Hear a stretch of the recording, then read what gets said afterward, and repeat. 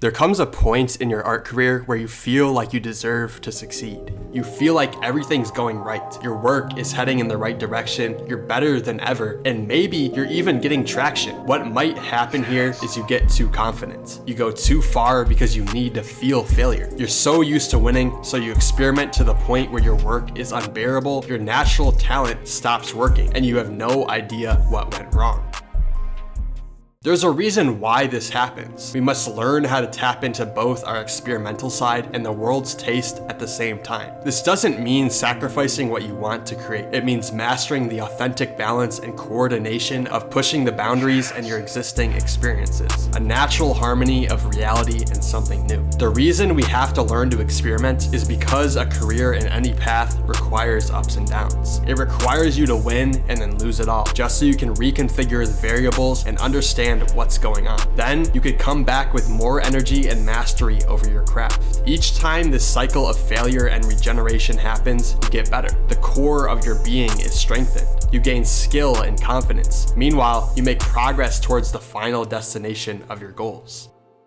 There are thousands of artists who have mastered this experimental yet accessible style. This is why consuming art is so important. It gives us a background for what we can do and gives us the examples we need to feel like what we can make can be successful. Just look at artists in the underground. Pretty much all of the new age artists are pushing boundaries and finding an audience for it. They've found themselves on the cutting edge of music, and because of it, they get just as much backlash as the impact they leave. This reveals a great reason for our tendency to lean too heavy into experimentation. It simply dissolves the hate. If you have the balance of experimentation down, you're probably going to get hate, simply because of the path you leave behind. As you gain speed, as you try new things, there are bound to be ideas and concepts that just don't land. You're going to have failures, but the faster you go, the more successes you'll have as well. And this requires a lot of spiritual strength, which also doesn't get talked about. We can go completely into the deep end of abstract art to bypass this spiritual confidence. There's no hate here because your work just gets overlooked. It doesn't land at all, and that might be on purpose. I think it can help to understand that a lot of what we do is intentional. Our successes and even our failures come from the same place. Our drive to experiment and play with life is the cause of a lot of our suffering and successes. We want both to happen because without the ups and downs, there would be no story to tell. We wouldn't be satisfied, and frankly, we wouldn't feel we deserve what we've achieved. Obviously, this ignores the time it takes to develop your skills and taste. But after that beginning stage, we find ourselves in a world, or really a cage, of our own desire. That's the secret. It was us the whole time.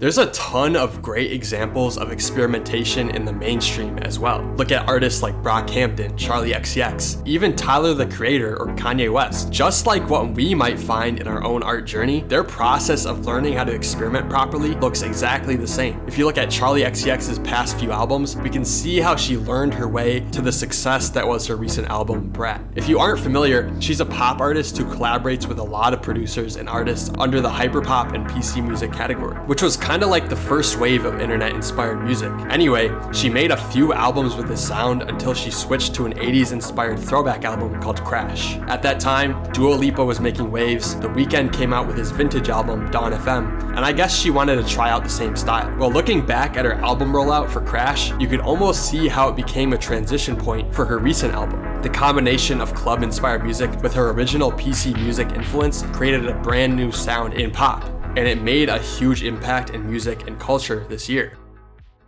If you don't get what I'm saying, I basically mean that everything you do is currently an unknown experiment. You don't know what your current work will lead to. You don't know what could happen if you just start creating freely. But oftentimes, we stop ourselves in the middle of this process. We filter our creative instinct through what we think would be viral or successful or even good, and it stifles this innovative process to invent something new. You have no idea what might happen. The only thing that needs to change is the willingness to try new ideas and let them become something great. Through a commitment to this process, anything you make can become great. It just takes time and experimentation. A good example of this is making melodies and music on the piano. You can't make a great piece by trying to play all the perfect notes and make a perfect piece. You just get something boring. The best pieces of music that stand out maybe even happened on accident. I bet there are notes in there that at first sound out of place or straight up bad, but they end up working in the final result. A weird sample, a weird texture or style that gets incorporated into something new ends up making something that stands out completely. It's fresh, it's new, but it's also why we get stuck.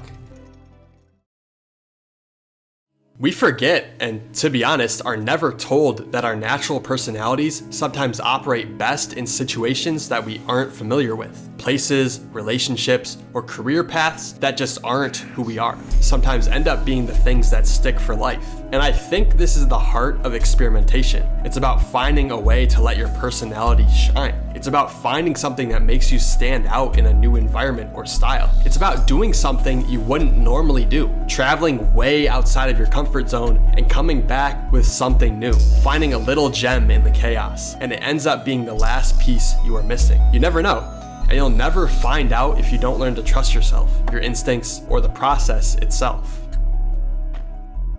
This process is one of self-mastery. Without learning how to operate your own mind and body, we can end up completely lost in the chaos of our goals. With things like the internet and social media today, we will get lost in the sea of information and opinions without that understanding of ourselves. We must learn to stand on our own quirks, own up to our faults, and even embrace the things that most people will tell you need to change, simply because those are the personality traits that stand out the most. They stood out to the point where it's all that people notice, and it probably bothers them. Hone it, master it, and use it to your advantage. This can be dangerous though. If we start to take our focus away from our work and into our own mind, then we might lean too far into destruction and chaos. We experiment too much, simply because resistance starts to take control. Rather than letting the self-development happen on its own, we start to think we control that too. If we can't control our art, then we can at least control our minds, right? Well, it doesn't happen. What does happen is we start to experiment with our minds. We mess up our habits, we change our personalities, and we might even start to toy with our reality. What's next is our family, friends, job, relationships. Anything this destructive agency can get its hands on, it will. And it won't be fun. Here, you have to move carefully. Learning how to experiment is one of the best skills an artist can master. Not only does it teach us how to make better art, but it teaches us more about ourselves as well. It can become the single skill that takes you the furthest. But without the courage to create, we end up stuck in the process towards our goals.